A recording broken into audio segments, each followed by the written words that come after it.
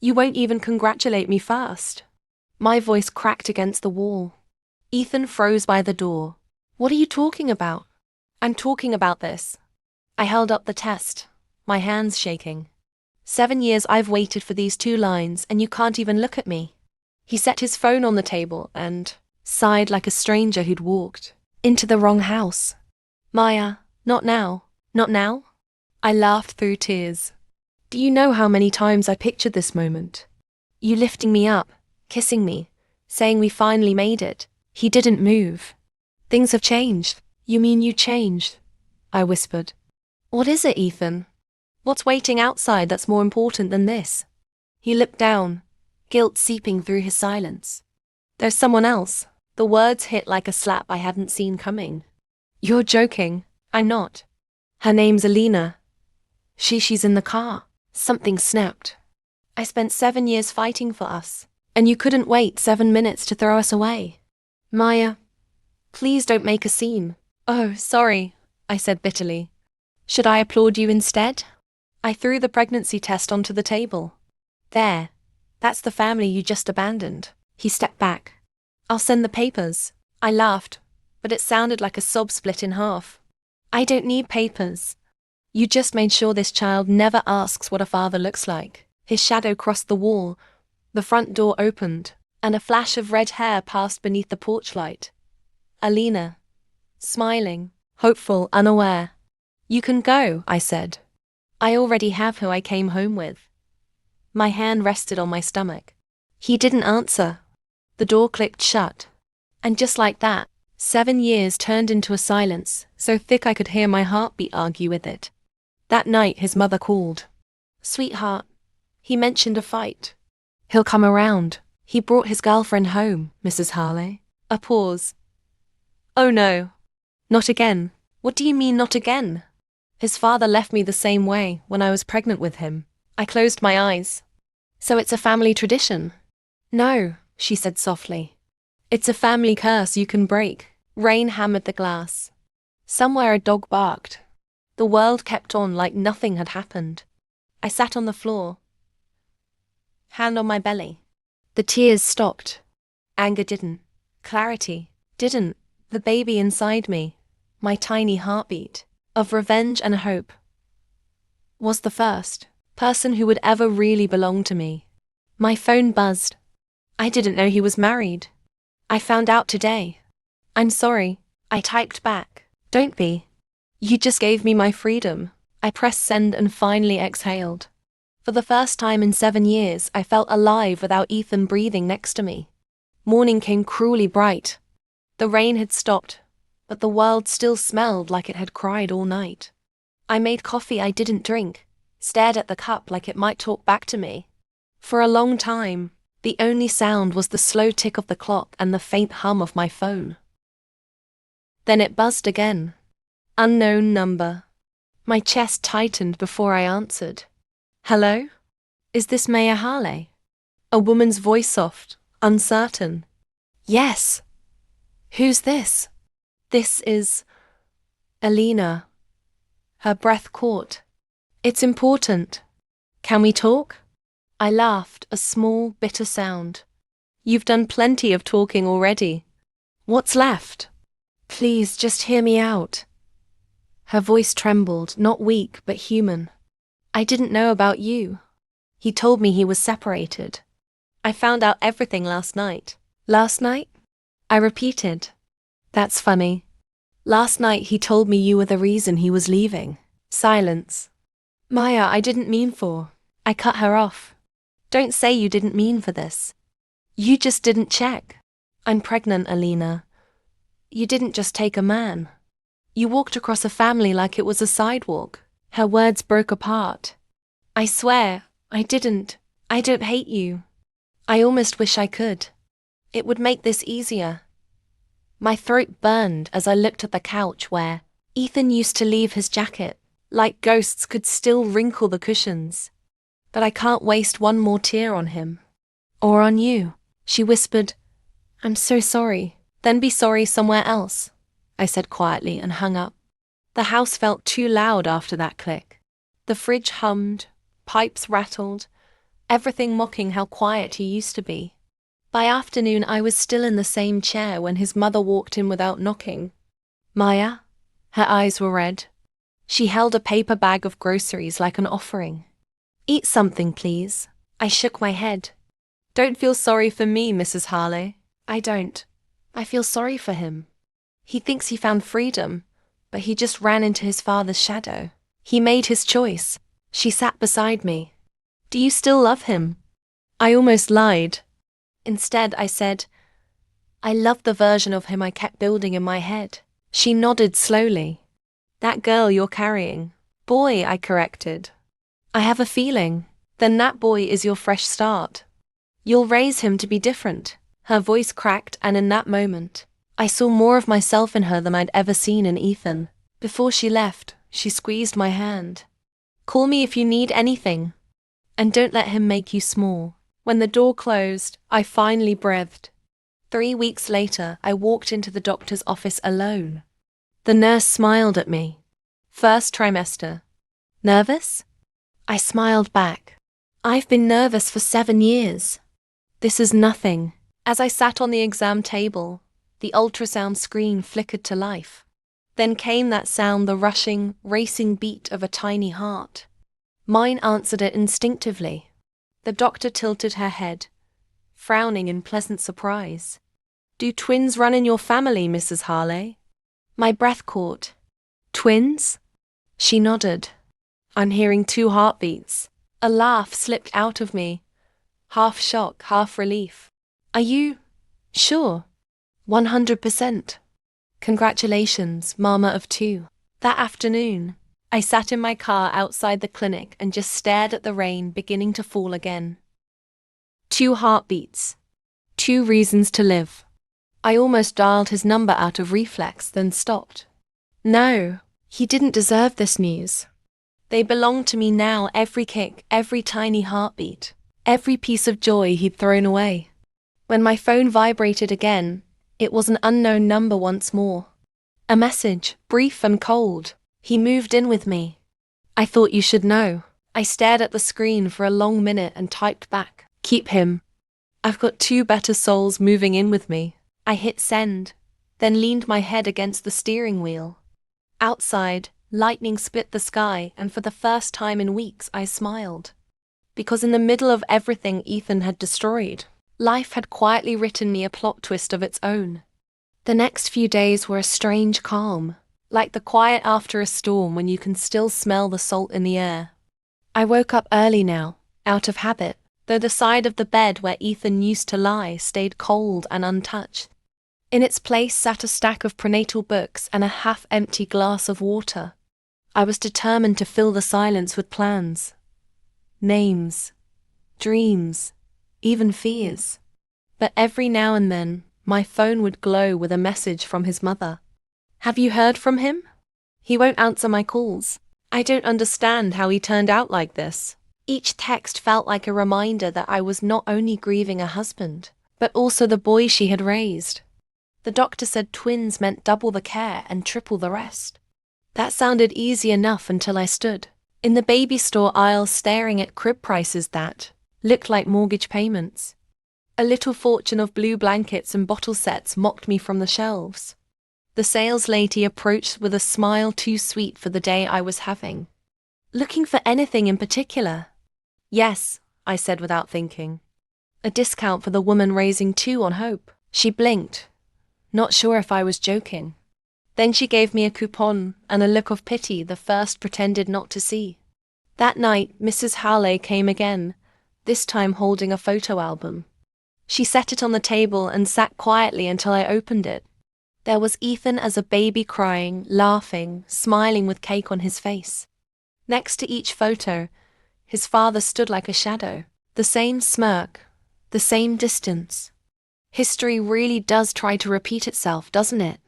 I said, closing the album. Only if we let it, she whispered. You won't let it. She slid an envelope across the table. What's this? I asked. Some savings. For the babies. I can't. You can, and you will. They're my grandchildren whether he likes it or not. I wasn't sure if she was helping me, or trying to forgive herself. But I took it. Weeks passed. Morning sickness was replaced by sleeplessness, and baby kicks that felt like tiny reminders that I was doing this alone, but doing it well. One evening, as I soaked my swollen feet in warm water, a text appeared from a number I had deleted but would know anywhere. I heard you're having twins. My heart skipped, then settled into anger. You heard right. I want to see the ultrasound. I stared at the screen for a long time before typing. You wanted freedom, remember? You don't get pictures of what you abandoned. His reply came seconds later. They're still my children. The tears that rose this time weren't the old kind. They were new, hot with rage and clarity. No, Ethan, they're mine. All yours ever were excuses. I blocked the number. The next day I visited a small prenatal support group at the community center. The room was bright, smelling of mint tea and sterilizer. A woman named Grace sat beside me, her belly nearly as big as mine. She asked, "How long have you been doing this alone?" "Since the pregnancy test dried." Her eyes widened a little and then softened. Mine left after our first ultrasound. For the first time in months, I laughed. Not because it was funny, but because it felt good to be understood. We talked for hours, sharing stories of betrayals that sounded too similar, until the counselor said, "You two should start a club." I looked at Grace and she smiled. Maybe we already did. That night, I wrote something in my journal before bed. He walked out when my life began, and that's his tragedy, not mine. Because when these babies take their first breath, I'll breathe with them and leave the past buried where it fell. Then I closed the notebook and rested my hands on my belly. 2 gentle kicks answered me, like tiny yeses in the dark. "Breathe, Maya, just breathe." Mrs. Hale's voice floated through the hospital room. Sharp light, white walls, the scent of disinfectant. Everything felt too bright, too loud. I'd gone into labor 2 weeks early, and the only number I didn't dial was Ethan's. The pain ripped through me like a wave I couldn't dodge. I gripped the side rails and screamed. The nurse smiled gently. "You're doing great. One more push." In those seconds, time slowed. The weight of every year, every tear, every betrayal all slammed into a single breath. Then the sound came, that piercing, beautiful, raw cry that split the room open, followed a moment later by another. 2 beautiful boys, the doctor said, half smiling, half marveling. Congratulations. I never knew how a heart could break and heal in the same heartbeat, but I felt it then. A tear slid down to the corner of my mouth. I tasted salt and hope. Mrs. Harley squeezed my shoulder. "They look just like him," she whispered. I looked at the tiny faces and shook my head. "No, they look like me, because I'm the one who stayed." 2 days later, I sat by the window of the maternity ward, holding both babies against my chest, the sun brushing their faces. I named them Rowan and Leo. Rowan for strength, Leo for light. The nurse peeked in. "Any calls from the father?" I smiled without bitterness. He doesn't know his sons were born yet. He probably thinks freedom feels better than this. When Mrs. Harley came to visit, she brought flowers and every emotion a human could fit into a hug. But with her came news. "He wants to see you, Maya." He called me. My body tensed. "Why now?" "He heard about the birth. Said he just wants to meet the twins." I let the words sink like stones and then said, "He wants to meet them the way you visit a museum, to see something he'll never understand." She didn't argue. She just nodded and stroked the boys' tiny hands. When I brought them home, the house didn't feel empty anymore. 2 cribs stood side by side in our bedroom, and every cry echoed through the walls like proof that life continued. One evening, as I rocked them to sleep, the doorbell rang. My heart knew before I checked the camera. Ethan. Rain at his back again, like the night he left. I opened the door just a crack. "What do you want?" He looked thin, tired, not the man I used to love or hate. Just a stranger wearing his face. "I heard about the babies. I just wanted to see them, Maya." "And then what?" Say sorry like it's a receipt you forgot to hand over. I made a mistake. I laughed sharply. Mistakes are spilling coffee on white shirts, Ethan. What you did was abandonment. He winced. Please, just let me see them. I stepped outside, closing the door behind me so he couldn't look past me. You don't get to peek through the window of the life you burned down. A flash of lightning lit his face. I miss you. No, I said quietly. You miss the version of me that still waited for you. She doesn't live here anymore. I buried her the day you walked out. He looked like he might cry, but I'd spent enough tears for both of us. I handed him a photo from the hospital. 2 swaddled babies asleep. That's all you get, I said. Proof they're real. Proof I am. He opened his mouth, but I cut him off. Go. Before they wake up and learn what disappointment looks like. He hesitated, then turned. His car engine started and faded into the rain. I stood there for a moment longer, breathing pure air that was finally mine. Inside, Rowan and Leo stirred and whimpered. I walked back in, whispering to them. It's just the rain, my hearts. It's always louder when you don't need it anymore. I kissed each tiny forehead, their little hands curling around my fingers. For the first time since he left, I didn't feel abandoned. I felt chosen. By life. By these 2 miracles sleeping in my arms. By the part of me that had finally learned how to begin. Rowan, stop licking the spoon. Buddy Leo's next. The twins laughed from their booster seats. Faces covered in mashed banana. It had been 8 months since Ethan showed up in the rain, and life had finally begun to find its rhythm. I checked the clock. 7:45 a.m. daycare drop-off, shift at the bakery, grocery run. The same exhausting but manageable routine I'd built from nothing. Then my phone buzzed. Unknown number again. I wiped my hands and answered automatically. Hello? A beat of silence, then a man's voice. Mrs. Harley? This is Officer Grant with the county traffic unit. My stomach clenched. Something wrong. There was a car accident last night. The driver had your husband's ID name, Ethan. Harley. My hand tightened around the phone. He's alive. Yes, ma'am. But he's in surgery. We found your number on record. You're listed as emergency contact. For a second, everything blurred. The smell of baby food, the hum of the microwave, the twins beating their plastic spoons on the table. Could someone else be called? I heard my own voice hollow. We're not together anymore. I'm sorry to hear that, the officer said. That they need a signature for consent in case of complications. I closed my eyes. Of course they did. Some fates never run out of reasons to tie you to the person who broke you. At the hospital, a nurse recognized me from months ago.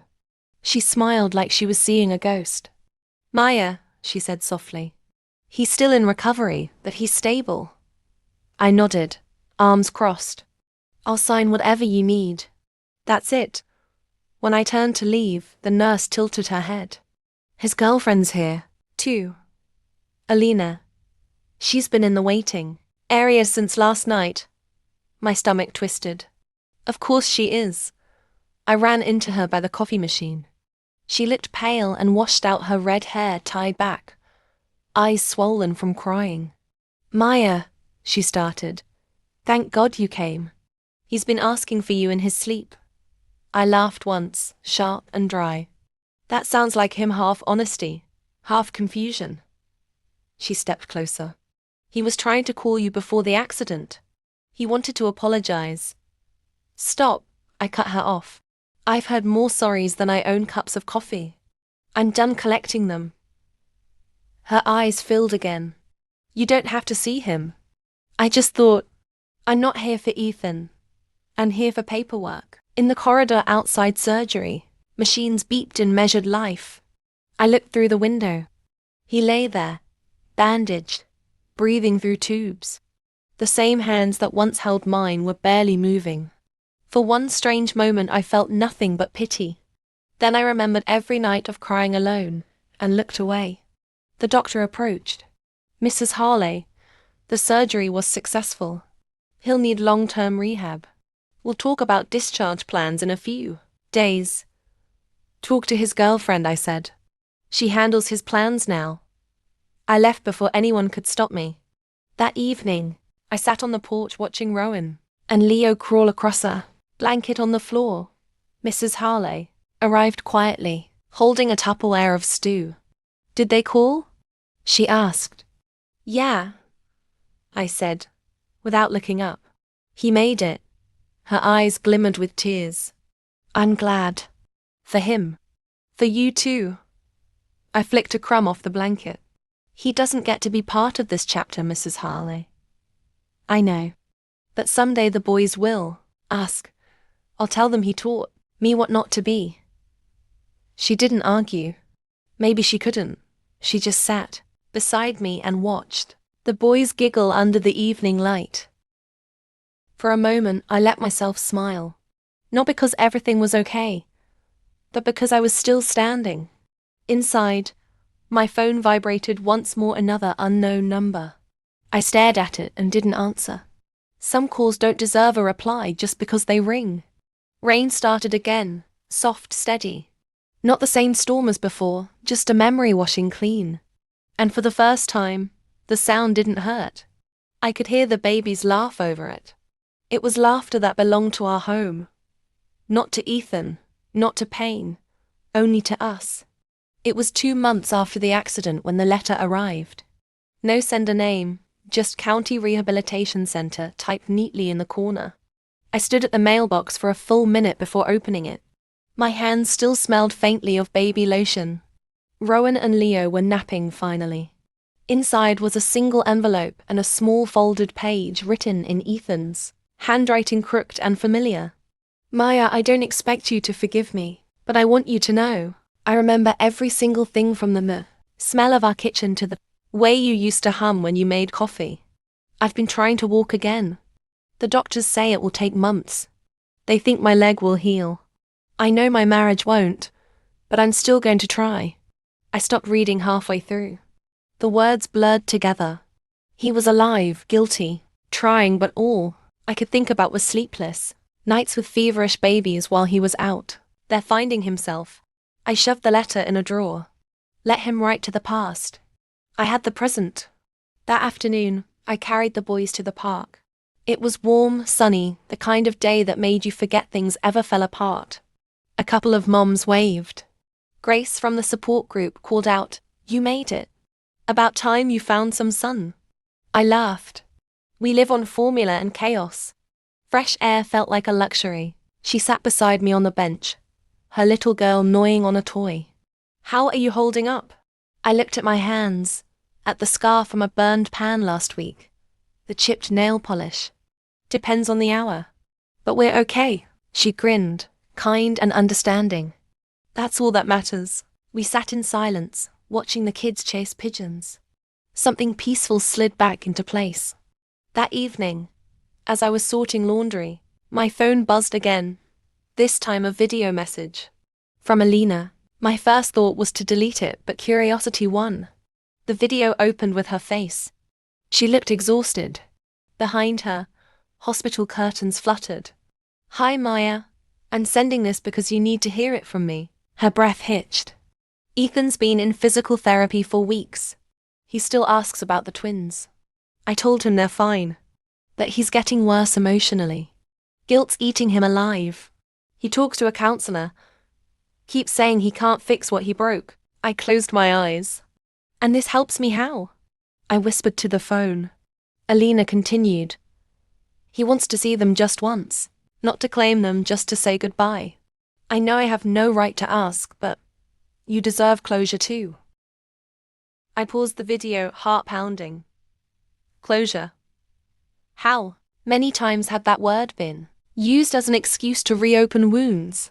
"Mum," I muttered to myself, "sometimes you don't need closure. Sometimes you just need distance." When Mrs. Harley visited that night, she noticed the phone on the table.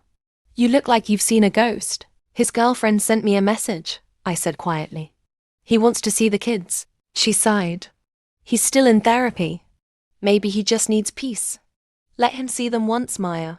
It won't undo anything, but it might quiet what's left. I looked at the boys sleeping in their crib, soft curls sticking to their foreheads. Why does forgiveness always sound like work? Because it is, she said. But sometimes it's the only thing that sets you free. 2 days later, I drove to the rehab center. My stomach was in a knot the whole way. The building smelled like antiseptic and lemon polish. I heard distant wheelchairs creaking across tile. Ethan sat in a garden courtyard, a cane beside him, thinner and paler than before. When he saw me, his mouth fell open. Maya. His voice was hoarse. You actually came. I'm not here for you, I said. I just wanted this chapter finished. His eyes filled up. The twins? They're healthy, smart, and they laugh like it's an answer to every bad thing we ever did. He smiled weakly. They got that from you. No. I shook my head. They got that despite me. We sat in silence until his nurse called him back inside. Before he turned, he said quietly, "Thank you for bringing them into a world I don't deserve to be part of." I didn't reply. Outside, the wind picked up, rustling the leaves around my feet. For the first time, his voice didn't echo in me. When I got home, Rowan reached toward me from Grace's arms and giggled when I lifted him. I pressed my face to his hair and whispered, "We're done with ghosts now, okay?" He laughed, bright, ordinary sound, and Leo echoed him like an answer. And just like that, I believed them. Rowan, leave your brother's sock alone. He has another foot, I promise. Both boys giggled on the living room rug, the TV blaring background music from some cartoon I was too tired to name. Mrs. Halley laughed from the couch. They're getting bigger every day. Yeah, I said, grabbing a toy from under my ankle. Also louder, she handed me a mug of tea. You look like you haven't sat down all week. That's what you get when 2 babies share one nap schedule and one plan. Destroy everything, she smiled, half sad. Any more letters from him? I shook my head. Nothing for a month. That's good news to me. Maybe he's getting better. Maybe he's staying away like I asked, I replied. Let him heal somewhere that doesn't have my address. I didn't mean to sound bitter, but she nodded, no offense taken. Later that night, the power went out mid-laundry. I stood in the half-dark with one wet shirt in hand and sighed. Both babies started crying from the nursery. Okay, I'm coming, I called, fumbling for my phone flashlight. In the dim light, their little faces scrunched up, arms flailing. I sat between their cribs and started humming the only lullaby I knew. They settled slowly, each tiny hand curling around my shirt. For a moment, I just stared at them. All the noise in my head shut off. Maybe this was what peace looked like, 2 kids breathing evenly in a dark room. Next morning, I found Mrs. Harley standing by the sink. She'd let herself in again. I brought breakfast, she said. Eggs and pancakes if you call those shapes pancakes. Perfect. I forgot what warm food tastes like. We ate quietly while the boys stacked spoons and bowls. She kept watching me like she wanted to say something. What? I asked. There's a support group for single parents at the community hall. Maybe you should go. I stared into my coffee. Why? I'm surviving. I know. But sometimes surviving gets easier if you sit in a room with other people who don't sleep either. I laughed. That your way of saying I look like a zombie? She smiled. More like a hero who needs a break. That weekend I went. Plastic chairs, cheap coffee, 6 parents taking turns telling their stories. When it was my turn, I started with the easy part. I've got twins. They just turned 1. They're dads. Not in the picture. A woman across the circle nodded. Mine was out of focus too, she said. We both laughed. There was nothing sweet about these stories, that somehow the honesty was a kind of relief. After the meeting, an older man who wrapped sandwiches for the center handed me a cup of tea. First day's the hardest, he said. Second's easier. Third, you start talking too much. Noted, I smiled. That night I texted Grace. Today was weird but good, she replied instantly. Good weird or bad weird? The kind where you don't feel alone for a minute. I looked at Rowan and Leo sleeping side by side and exhaled. It wasn't a movie moment. It was just real life. Messy and tiring and finally mine. The next morning started like all the others, Leo up first, banging his rattle against the crib bars, while Rowan rolled over and pretended to sleep, just to make me walk the whole way across the room. Nice try, I said, scooping him up. You think you're smarter than me. You're not, he grinned, drool everywhere. Mama. I laughed for real. Okay, fine. Maybe you're a little smarter. By 8 a.m. breakfast was done, and the living room looked like a toy store exploded. I turned on their favorite cartoon just for 10 minutes of quiet, but they used the time to wrestle over the same plastic car. Boys, I warned. There are 2 cars, 2 of you. Do the math. They ignored me completely. I let them.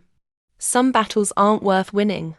When Mrs. Harley came by around lunch, she looked tired but smiled anyway. You ready for your first day back at work on Monday? I think so.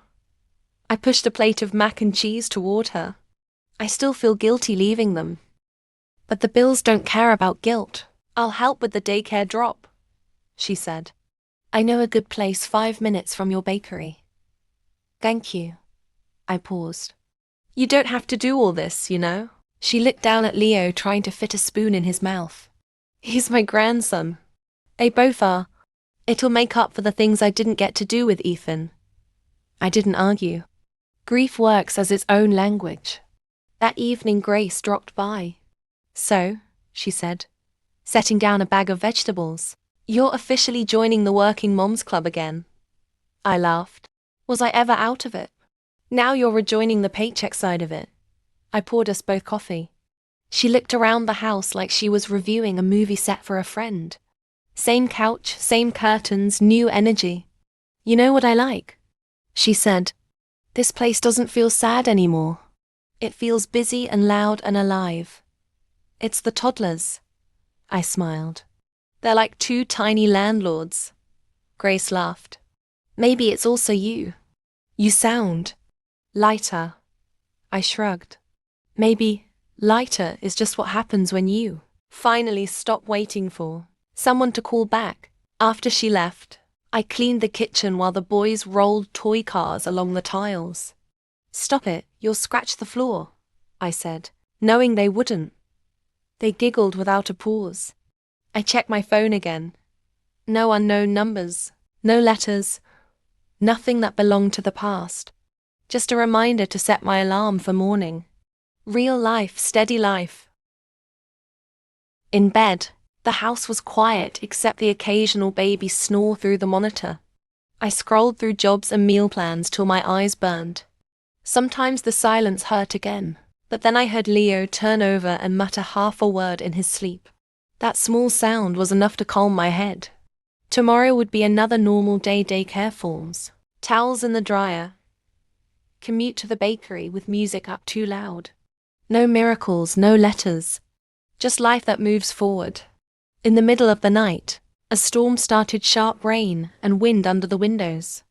I got up, checked the boys again. Rowan was dreaming, smiling in his sleep.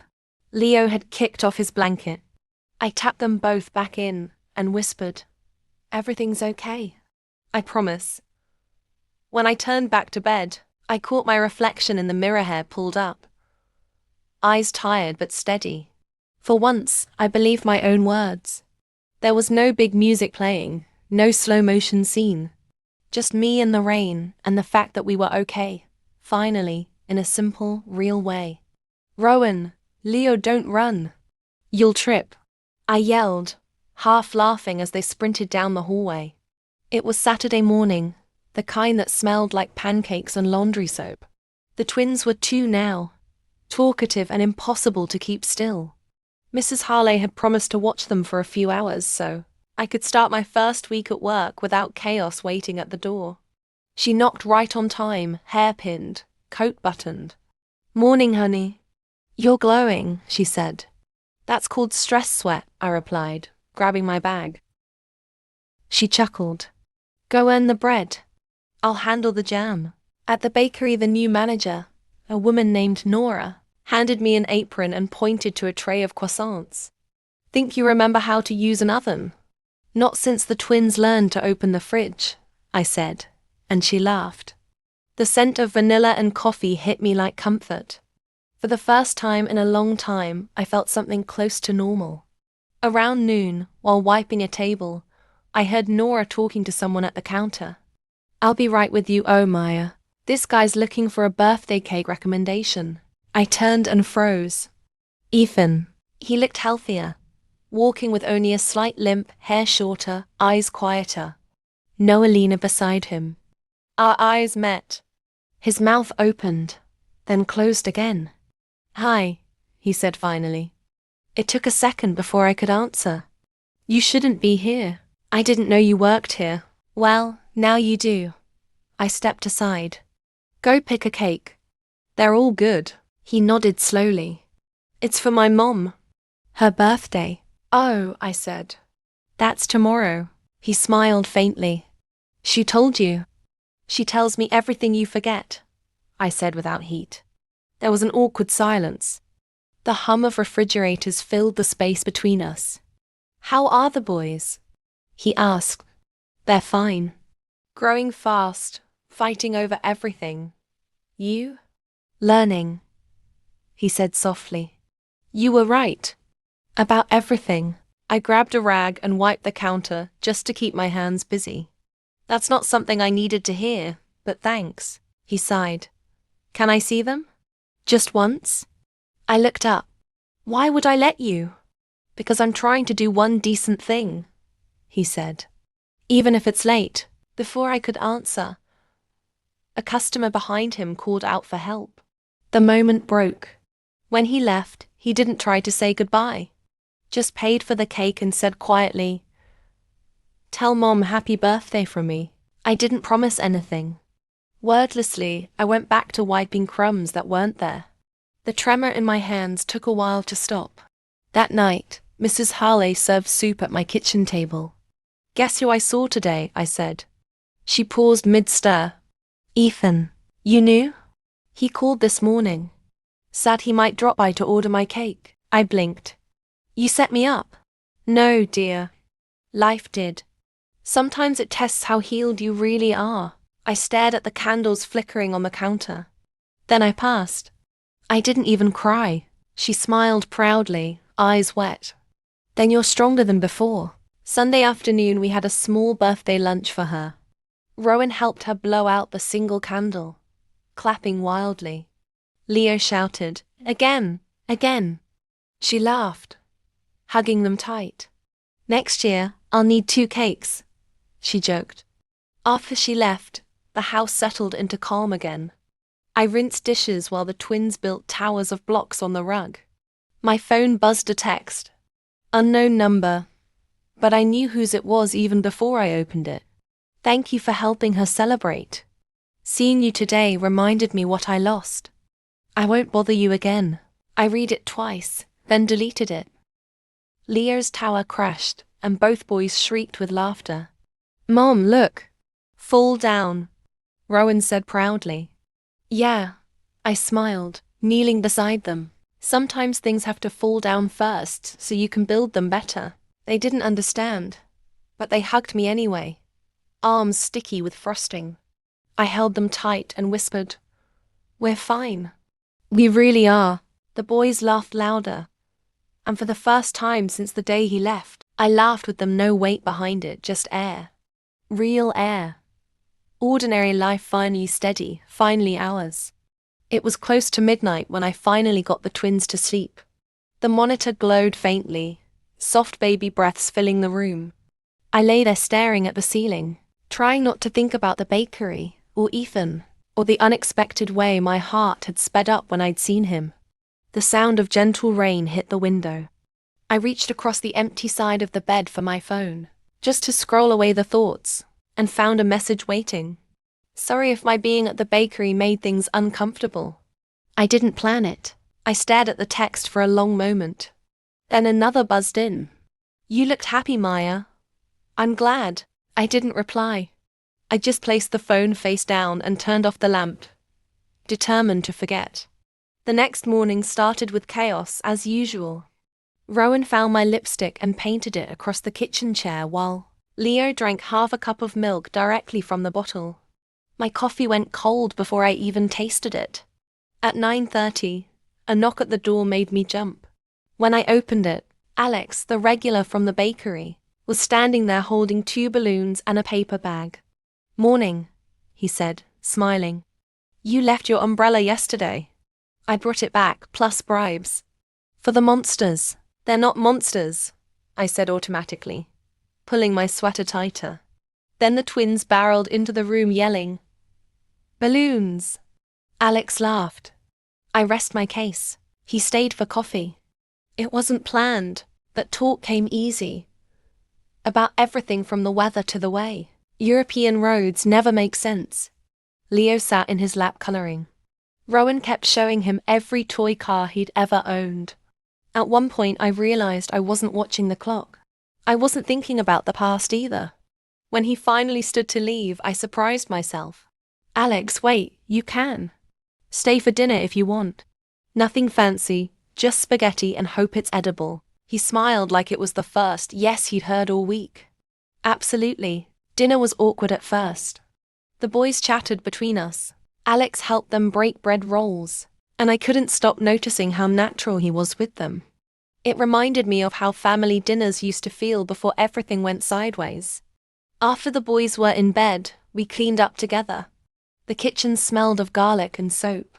A song played low from my phone, an old French tune, and Alex hummed along. "I didn't think anyone under 40 knew this one," I said.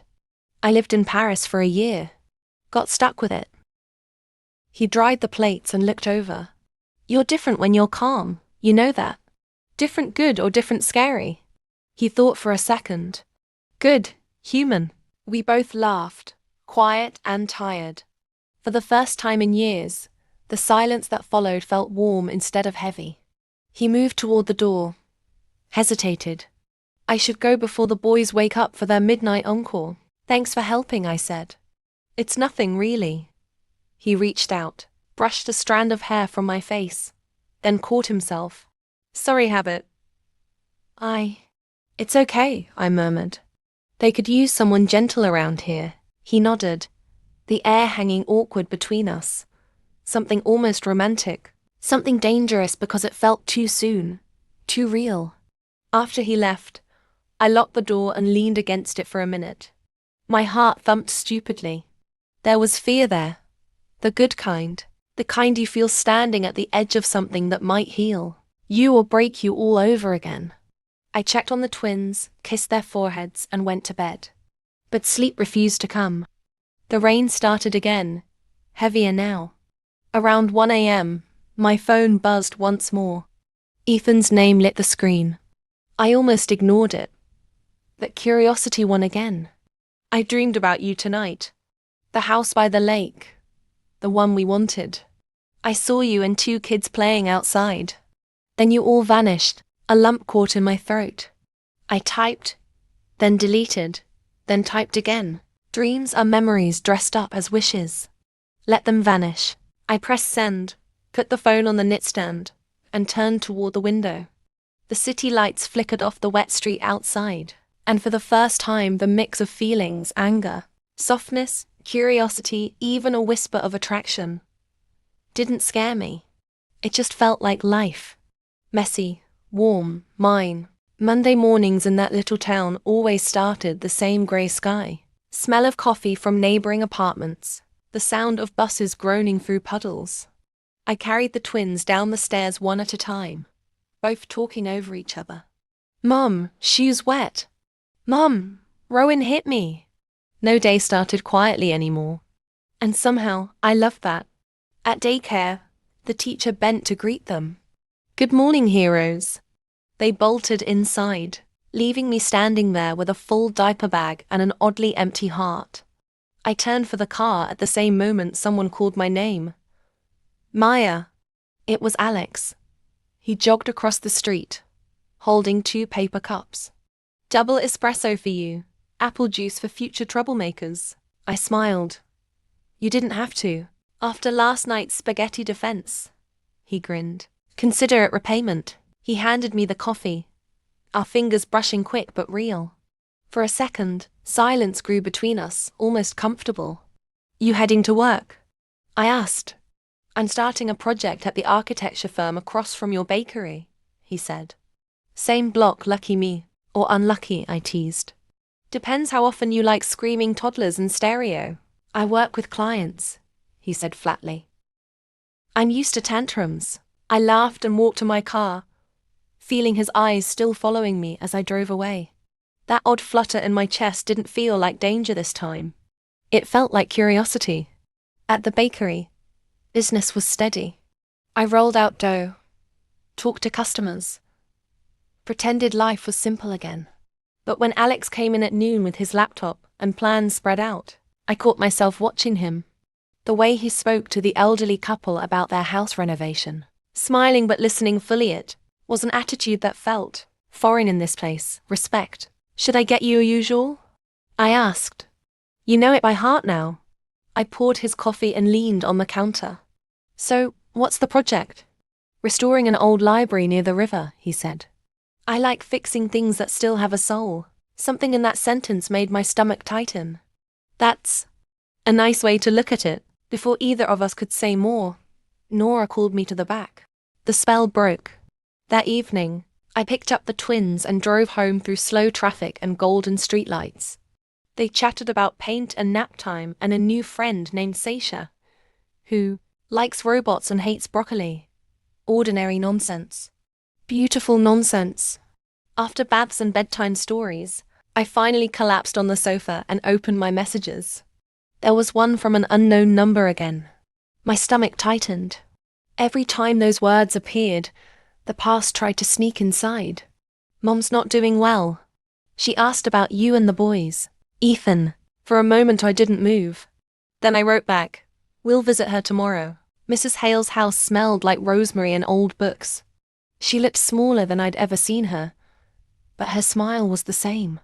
Come here, my boys, she whispered, arms open. Rowan and Leo climbed onto her lap, all elbows and giggles. I sat beside her. Ethan texted me. She nodded slowly. He's been helping around here a bit. He'll be by later. He didn't know you'd come. I looked at the door and felt my heart skip with familiar nervous energy. I came for you, not for him. I know, sweetheart. She squeezed my hand. But sometimes life doesn't ask who you're ready to see. He arrived just as the boys were showing her their toy cars. I stood up before he could say anything. Don't make this weird, I said quietly. He nodded. Just wanted to say hi to Mom. And them. Then do it. He knelt and whispered, Hey, Rowan. Hey, Leo. Remember me?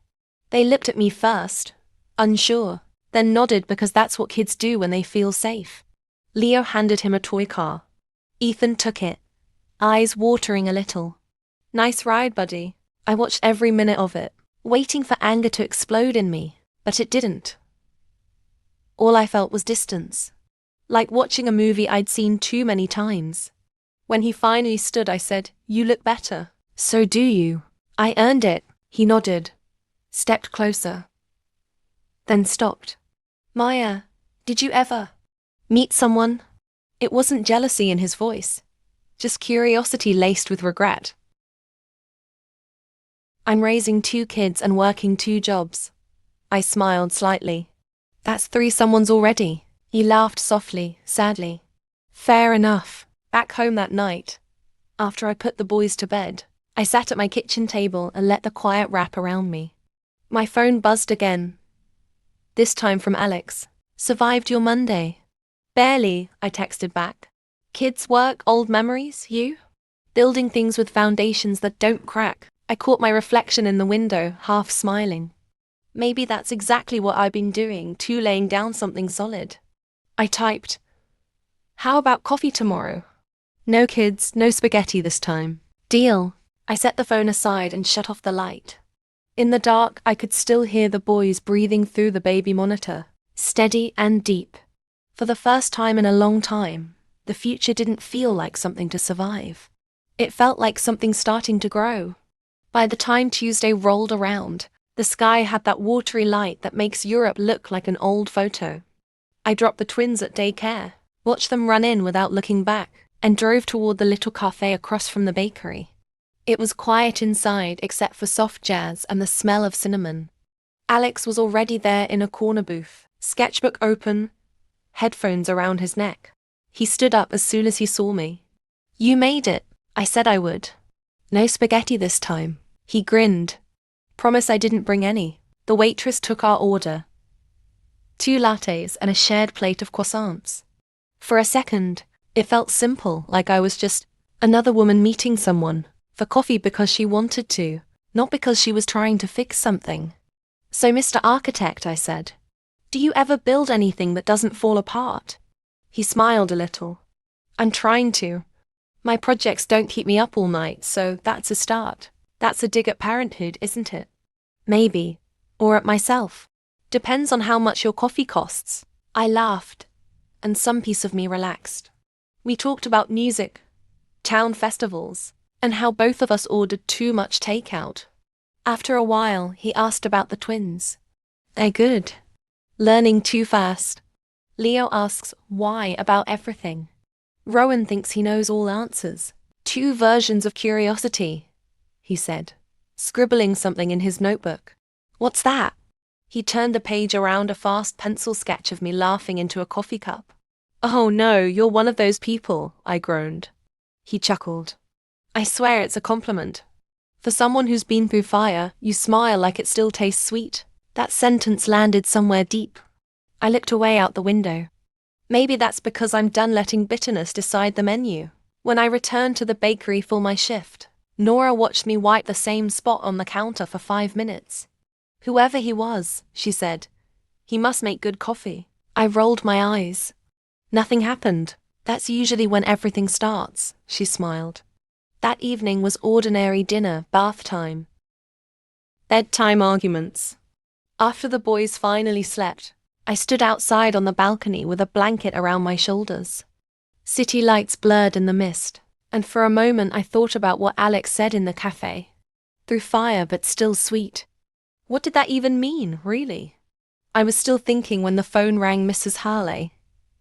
Her voice was tired. "Maya, I didn't want to bother you, but Ethan was taken to the hospital. Chest pain. He's stable, just tests for now." My hand tightened around the phone. "Do you need help with anything?" "No, I already brought him a bag. He asked me not to call you." "Then why are you calling me?" "Because you should know." After she hung up, I stood for a long time in the cold air, confused by my own heart. I didn't want him back in my life, yet knowing something happened still twisted my chest. I made tea and waited for nothing in particular. Then a message popped up. "Alex. New client, bad coffee, long day, you. Rain. Kids asleep. Life quiet for a change." After a moment he replied, "Quiet is good. Means you're learning to breathe again." I typed back, "Maybe, still forget sometimes." He sent another line, "Then I'll remind you." The rest of the week moved like breathing work. Daycare, calls with Grace, check-ins with Mrs. Harley. Ethan's tests came back fine. He'd just been scared. And weirdly I was glad, because I knew fear can change people more than pain does. Friday evening, Alex stopped by the bakery right as we closed. He angled his head toward the window. "Want to walk?" "Just 10 minutes." The air was cold, smelling of bread and rain. We walked without talking until we reached the bridge over the river. "You know what's funny?" he said. "I came here to start over. Turns out you're better at it." I looked out at the water. "I'm just still learning how not to drown." "Well," he said, glancing at me, "you're doing a pretty good job of floating." We both laughed, not too loudly. The sound fit the night.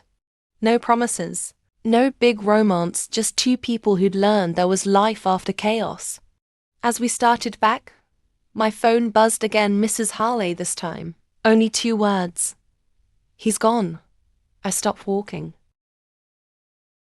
"Alex." He saw my face and didn't ask. He just said, "Go."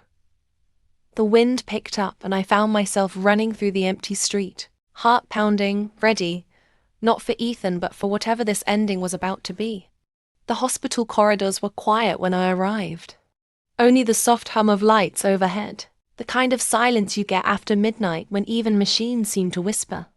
Mrs. Harley stood outside the room, her hands pressed together. "I didn't want you to drive, but I knew you'd come," she said. "What happened?" My voice came out steady, though my chest was tight. "He fell asleep watching the news," she whispered. "Doctor said it was his heart. Peaceful, no pain." I didn't say anything for a while. There were no words left between Ethan and me, only ghosts. I walked into the room. The curtains were open. Moonlight spilled in. He looked almost like the Ethan I married. Calmer, the lines around his eyes softened. It felt wrong that someone who had hurt me so much could now look harmless. I stood beside the bed and whispered, "You really managed to make silence louder than any fight." Mrs. Harley started sobbing softly behind me. I turned, held her hand. "He loved you," she said. "I know," I answered. "And he never knew how to love right. Maybe now he does." 2 days later the funeral was small. Family, neighbors, a few people from his old work. The twins held my hands. They didn't understand. To them it was just another chilly morning with too many grown-ups in black. After the ceremony, Mrs. Haley handed me a brown envelope. "He left this with his lawyer months before," she said. "He wanted you to have it." I opened it in the car later. Inside was a letter, written in Ethan's uneven handwriting. "Maya, if this reaches you, it means I never got the chance to say goodbye in person. I spent the last year trying to understand what I broke. I don't expect forgiveness, but I hope you find peace even if my name still tastes bitter. Take care of the boys. Make sure they remember laughter, not me." I folded it back carefully, tucked it into the glove compartment, then sat there until the light changed from afternoon to dusk. The city kept moving, cars passing, people rushing somewhere, and I sat there not rushing anywhere at all. That night, after putting the boys to bed, I stood on the balcony again with a blanket around my shoulders. The air was cold but clear. I called Grace. She answered on the second ring. I heard, "You okay?" "I'm fine," I said. I thought I'd feel something loudly. "I don't. It's just quiet." "Quiet's not bad," she said. "It's your turn to rest." "I think I already started," I murmured. The next morning, Alex showed up at the bakery early. He didn't say anything at first, just set a coffee on the counter. "I heard about Ethan," he said. "I didn't want to text and sound wrong, so I came." "Everyone keeps asking how I'm doing," I said softly. "No one asks if I'm tired." He nodded. "Then are you tired?" "Completely." He looked at me for a moment, and then reached across the counter, his hand resting lightly on mine. Not a move, not a gesture, just a human touch. "I'll cover your shift," he said quietly. "Go home to the kids." I hesitated. "I can't keep running every time life hurts." "This isn't running," he said. "It's breathing." I nodded and left. At home, Mrs. Harley was playing with Rowan and Leo on the floor, building a castle out of blocks. She looked up when I walked in. "You look different," she said. "Maybe I finally believe we're going to be okay," I replied. Rowan held up a tiny figure made from Lego. "Look, Mom. He's the king," Leo added, "and he's not running away." We all laughed at that, and it felt right. Mrs. Harley smiled through tears. "Out of everything he couldn't fix, you ended up building the only thing that works." I looked at my sons. They were my redemption. That evening, after everyone left and the boys were asleep, there was a knock on the door. Alex stood there, rain-spotted and shy, holding a paper bag. "I made dinner. I figured you wouldn't cook today." I blinked, then smiled. "Come in." We ate in the quiet living room, talking about everything except grief. The food was warm and simple. Rice, chicken, wine. Halfway through, he asked, "So what now?" "I think I just live," I said. "And if living includes people who stay?" I looked at him across the table and felt a pull. Not dramatic, just steady, honest. "Then maybe we see where that goes," I said. He smiled, staring into his glass. That's the most hopeful sentence I've heard this year. And for the first time, hope didn't sound like a risk. It sounded like home. For once, it didn't hurt to wake up. Leo was already standing in his crib, toy train in hand, chanting, "Wake up, Mom." Train time. Rowan was curled in the blanket, pretending to sleep just to keep me in the room. "All right, you two, cease fire," I said and grabbed the kettle. The smell of toast and butter started filling the apartment. That's when my phone buzzed. "Alex, if you're making coffee, make one extra. I'm outside with donuts." I glanced at the door, half laughing. "Boys, brace yourselves." He appeared a minute later, hair messy, holding a box larger than reasonable. "You didn't tell me you had a Saturday tradition," I said. He shrugged. "I didn't want to interrupt yours." The twins circled him like guards inspecting an intruder. "Do you build stuff?" Rowan asked. "I do," Alex said, crouching. "Houses, schools, maybe castles one day." Leo crossed his arms. "Can you fix cars?" "No, but I can build a garage for them." The twins applauded. "Okay, you can stay." Rolled my eyes. Approval granted from the board. After breakfast, we visited Mrs. Harley. She looked brighter, her house full of framed pictures of the boys. "So this is Alex," she said warmly. "The man who sends coffee instead of flowers." Alex blushed a little. "Coffee lasts longer," she laughed, then took me aside while the twins showed him their block towers. "He's good for you," she whispered. "I don't know what that means yet," I said honestly. "It means you're finally smiling without forcing it." I didn't answer, but she was right.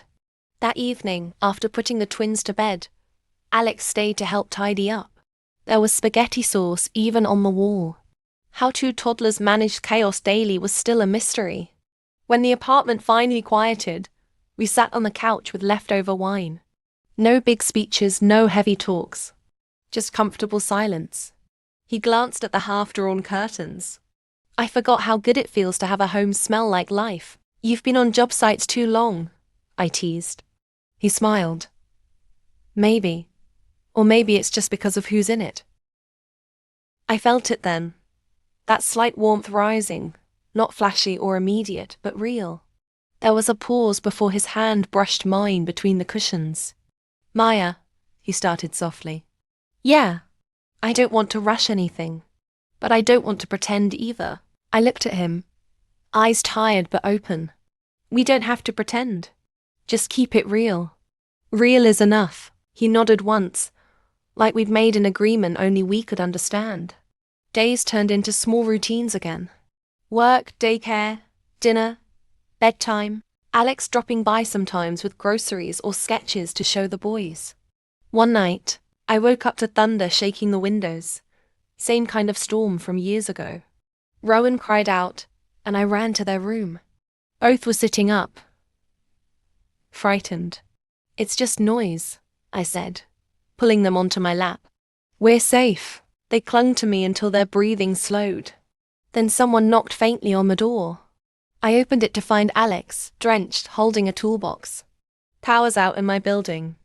Thought I'd check if you're okay." "You could have called." "I tried." He laughed. "Your reception hates me." He looked ridiculous. Soaked hair sticking out, shirt clinging, but my heart kind of melted at the sight. I handed him a towel. "You're insane." "Yep," he said, rubbing his hair.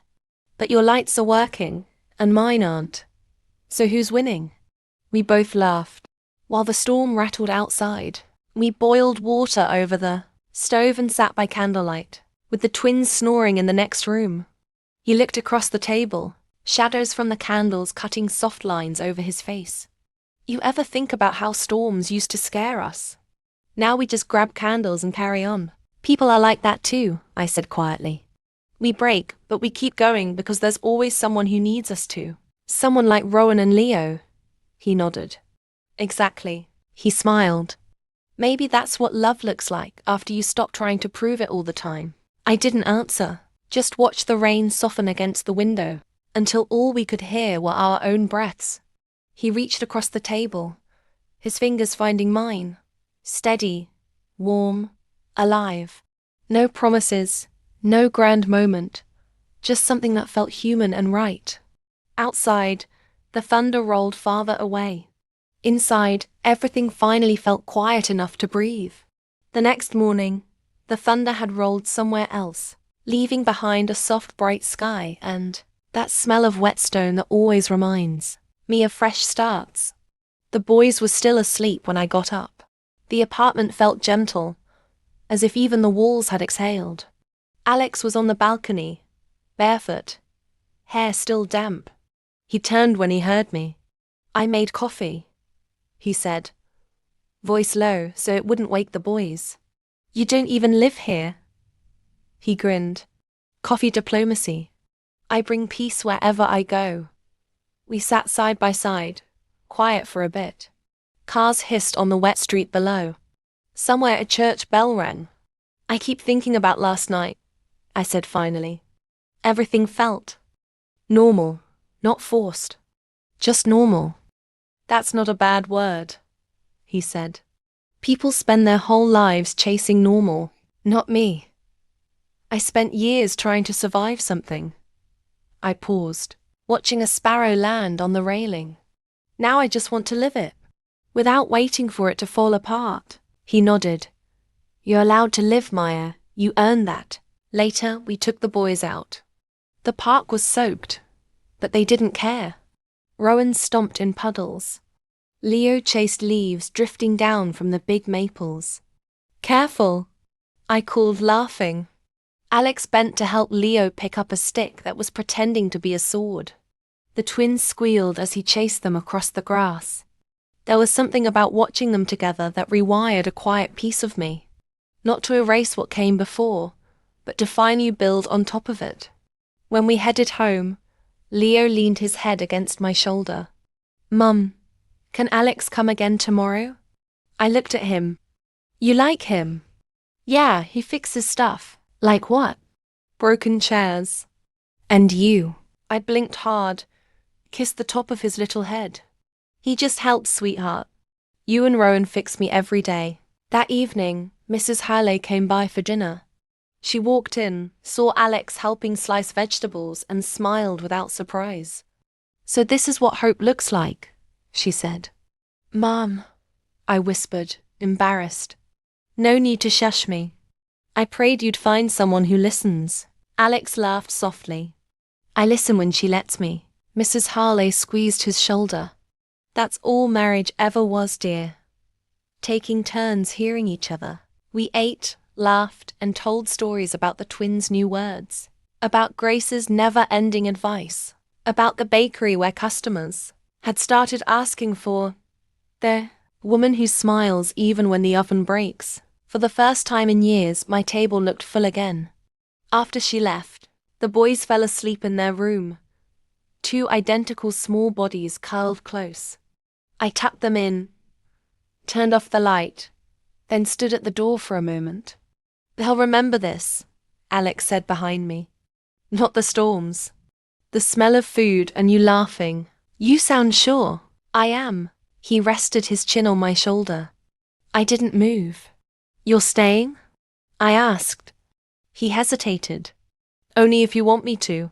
I looked at the twins once more. If I say yes, this isn't a rescue story, he smiled. Good. I'm tired of rescues. I like real life better. Weeks passed quietly. Work. Daycare. Home, but now everything had an extra soundtrack of small laughter and late-night conversations. Alex never tried to replace anyone. He just fit in. Careful and steady.